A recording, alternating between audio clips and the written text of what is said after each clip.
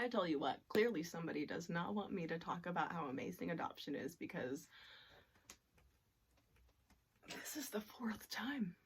This is the fourth time I started a video and then for some reason it just glitched and didn't work and didn't save the video to my phone. So, hello. Welcome to my closet. My name is Dominique. I'm 27 years old and I am a birth mom, and I'm very proud of that. And I just want to start by saying thank you to anybody watching this right now. Thank you for taking the time to hear my story, to hear my heart, to hear my journey, and to be hopefully filled with knowledge and information about this beautiful world of adoption. And yes, I am a birth mom, but I am also an adoptee, which is kind of a big part that played into my decision of placement, and I should say what almost kept me from placement. So 2018, the very end of June, I was like, yeah, something's different. I think my period's late. Oh, yep, it is. Okay. But it's not just late. Like, I feel different in my heart. There was something. I was like, you know, I'm gonna make an appointment. I'm gonna go get a pregnancy test, but first I'll take a home test, of course. And it did come back positive. And when I tell you that it came back positive, it was like instant. It didn't even need 5 minutes to sit there. I just watched the line and instantly I was like, ooh, okay. So that happened. But while there was so much excitement in my heart, there was this level of fear, this level of confusion. The confusion mainly because I was on birth control, so I was like, excuse me, how did that happen? God, obviously, his will be done, amen. But the fear came from knowing that just about 9 short months prior, in October of 2017, my first pregnancy was ended, and unfortunately it ended due to having an abortion. And it was the most challenging and soul-taking and heartbreaking thing I've ever experienced in my life. It was something I would never wish upon anybody, because it is difficult. It leaves you empty. It leaves you confused. It leaves you, you know, in my case, in many moments, very, very angry. So when I found out I was pregnant again, all I could think of was, there's other options, you know, no to abortion, you know, for me, but I also knew I just wasn't ready. And as an adoptee, it scared me to think about adoption. You know, unfortunately for me, there was abuse in the home, and from the time I was 2 until I was about 8 years old, I was molested. And that fear of my own story was something that kept me for so long from even looking at an adoption agency. I was like, nope, I can't. Like, I don't know how I'm going to have this child on my own, but I'll figure it out. And when I say alone, I was in a relationship, and my boyfriend at that time, you know, that was the second time that we had gotten pregnant, and it was just a very toxic relationship. There was a lot of alcohol abuse and a lot of drug abuse, and I knew that is no place I would ever want to raise a child in. And we did end up breaking up when I was 5 months pregnant with my beautiful birth daughter, but I never knew how that relationship would end, so I had no clue that he wouldn't be there anymore. So yeah, that was a hard thing to go through during a pregnancy. But let's talk about choosing adoption.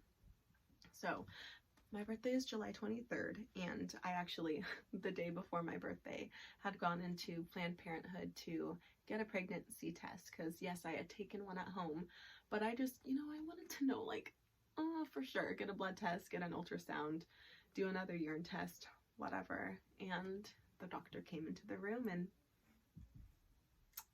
you're pregnant. And just floods of emotion, because obviously in their charts they're going to see that I have previously had an abortion. And when she came in with 2 pamphlets. There's one here. Here's information on doctors if you are choosing to keep this child. Secondly, here's information if you want to know about having another abortion. And I looked at her and I was just so confused. I was like, I appreciate both of these, but I just want to remind you that there is a third option. And she, like, the look on this doctor's face was like, okay, like, what is she talking about? And so I stood up as I grabbed my purse to walk out, and I said, there's this thing called adoption, and it's beautiful. And that's what I'm choosing. And in that moment, I spoke it verbally, but it was something even for months that was hard for me to grasp onto and believe myself, even though I'm the one who spoke those words. So when I went home that day, I began just looking at adoption agencies. I went on trusty little Google and adoption agencies. And then in parentheses, I put open, because that was something so specific that I needed if I was going to place my child, was it has to be an open adoption. There's such a beauty and such a gift in that. I am so blessed to know my birth mom, and my sister, who's 15 months older, whom is also adopted, is so blessed to know her birth mom. And growing up knowing them, there were challenges, and there were many seasons where we didn't communicate, which was very unfortunate. But just knowing that there was so much love from them for both of us, it was no troubling thought for me that I would have as much love for my birth child as my birth mom has for me and my sister's birth mom has for her. But as I was going through this, the first adoption agency I came across, I scrolled down to the bottom. I had seen about 10 or 15 families who were, hoping and expectant of finding that placement and that match. But when I scrolled to the bottom, and okay, think of going on Google, when you scroll to the bottom and it says page 1 of like a billion.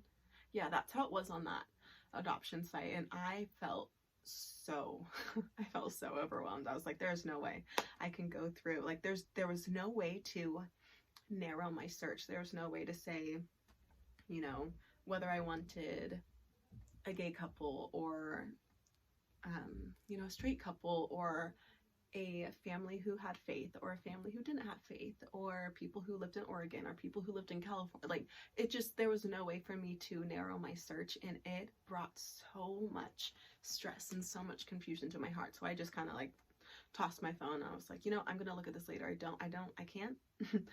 I need to just pray. I need to ask God what he's asking me to do. But every time that I'd go to the computer and I'd begin to look at adoption agencies, I just felt God saying, you're a vessel. I'm using you as a vessel, but you are going to be blessed through this. And he is very faithful, because I certainly have been. The family that I did choose has been nothing but a blessing. But it took me a while to find them. I had probably looked at 3 or 4 agencies, gone through just about every single family that I had seen. And while there was such amazing families and amazing individuals who were looking to adopt, there wasn't that calm, that ease, that this is family moment, until there was one day I was like, I need to narrow my search.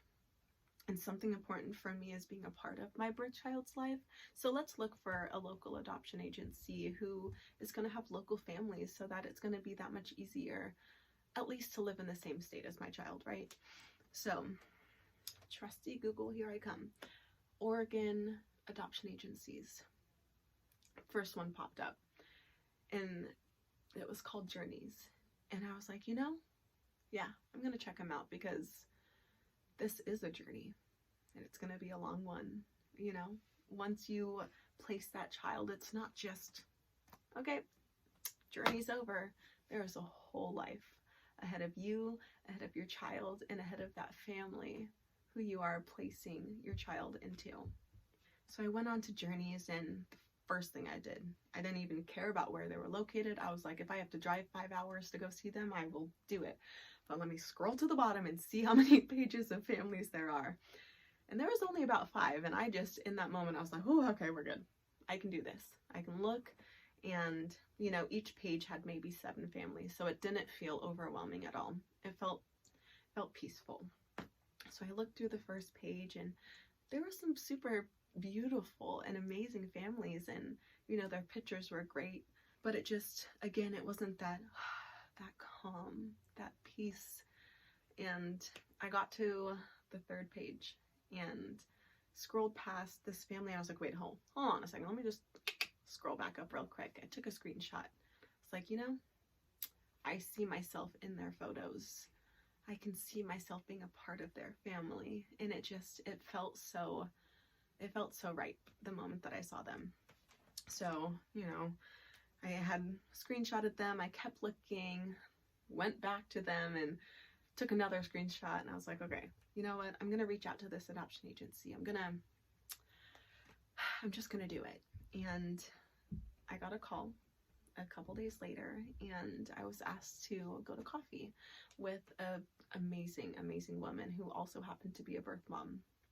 And we went to Starbucks, and, you know, she brought some information for me, and, you know, I let her know a little bit about myself, and the comfort that I felt in knowing that she was a birth mom, I was like, yeah, this feels right. And I was very lucky, because the adoption agency was only about like 45 minutes to an hour away, so it wasn't anything out of the way, and it felt like I was going in the right direction. So we met up, we talked for, you know, a couple hours or so, and it was such a peaceful experience that I was like, you know, I would love to meet you again, and I would love to talk about some families. So she, you know, gave me a little assignment. Okay, go home, look at about 7 families and let me know their names, and I will get their books, and we can go to Starbucks again and we can go over them. So she brought me 7 books, which kind of was overwhelming for a moment, but I already knew in my head that, like, this one family, I have to meet them. I have to meet them. And she said, okay, there's 7 books. I want you to pick 3, and those are the 3 that we can start orchestrating for you to meet. So obviously first I'm like, okay, these people, I already took a screenshot of their, you know, of their photos, and I've been looking at this photo just about every day. And then I picked a couple others, and, you know, one of them lived a little further away. They were about 5 hours away, and that was okay with me in the beginning, but at that moment I was like, you know, that is kind of far, and I don't want that to ever be something that can hold me back from seeing my birth child. So I'm going to put them as number 3. Found another family, you know, I'll put them as number 2, and then of course the family that I did under choosing, I put them as number 1. I took those books home, and she said, okay, like, you know, we'll talk about them later and we'll figure out meeting. And she had asked me if it was okay to share the profile that I had created with the families, and I said, you know, yes, of course. And she asked if there was any of them that I wanted to meet specifically, and Kate and Joel were the first ones that I said I would love to meet them. And so in October of 2018 we got to meet, and there was something so special about meeting them in October. And, you know, the big point of that is because in October of 2017 was when I had my abortion, and it was a time full of so much depression and emptiness, and I just wanted to have a newfound light for the month of October, and meeting them was so incredible. And I can't even, it's funny that still to this day, there's always things that we're like, oh my gosh, we have that in common. You know, Kate and I both grew up with horses and pretty much riding horses before we can walk. Joel and I, we both love sports and are able to connect on that. But what stood out so much was my birth daughter. Her name is Luca. Her due date was not only my grandma's birthday, but it was the birth date of Kate and Joel's first child, who's a beautiful, beautiful little girl who is watching over all of us in heaven. And I was like, you know, that's not just coincidence. That's something orchestrated by God. And that's something so profound that I could not turn away from. So we met, had dinner, had an amazing, beautiful conversation, and we left giving each other hugs. And I just felt so full of hope and full of joy and excitement. Like I finally felt like I was doing something right in my life. In the next month, I feel like most zoos do this, but in Portland, Oregon, our zoo has something called Zoo Lights, which goes from November to December, and it's beautiful. But what was so special about this day when we went to Zoo Lights was I got to meet Kate and Joel's sons. And these two, oh my goodness. You know, at first they were a little shy, but I tell you what, at this point now, we are best friends. We talk about Pokemon, we play soccer together, we dance and have, you know, fun little dance parties. But being able to see them in this different light, you know, I meeting Kate and Joel, seeing them truly parenting and not, you know, being the perfect, picture perfect people. I just felt like I belonged. I felt so instantly welcomed. I felt instantly loved. And I knew that my decision was right. But around this time came a lot of confusion. So in the beginning of my pregnancy, when I hadn't mentioned to anybody that I was even thinking about adoption, I wanted to still feel prepared, and I wanted to still kind of move past the grief of my first pregnancy. And so, you know, in many moments I would act as though I was pregnant and going to keep my birth child, even though I knew somewhere in my heart that that wasn't the case.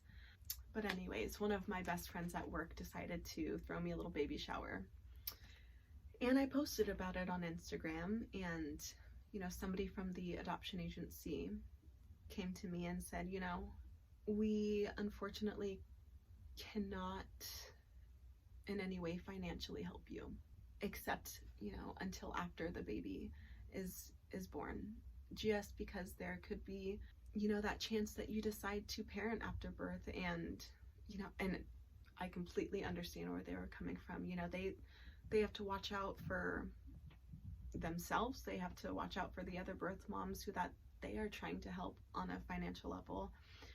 And it brought me to tears, because I never wanted in any way, shape, or form for Kate and Joel to feel like I doubted them or I doubted my decision. And at that point I said, you know what, I want them to be almost overly included. But it was something that I did want, and something that was so beautiful and so peaceful. So I invited Kate to come to one of my doctor's appointments, and you know, it was an ultrasound day, and she got to hear the heartbeat of Luca before she ever held her in her arms. And it instantly felt like family. And it didn't feel like, you know, she was there because I was thinking of placing my child with her, but it felt like she was there because she loved me and just simply wanted to support me. Ooh, I'm gonna cry.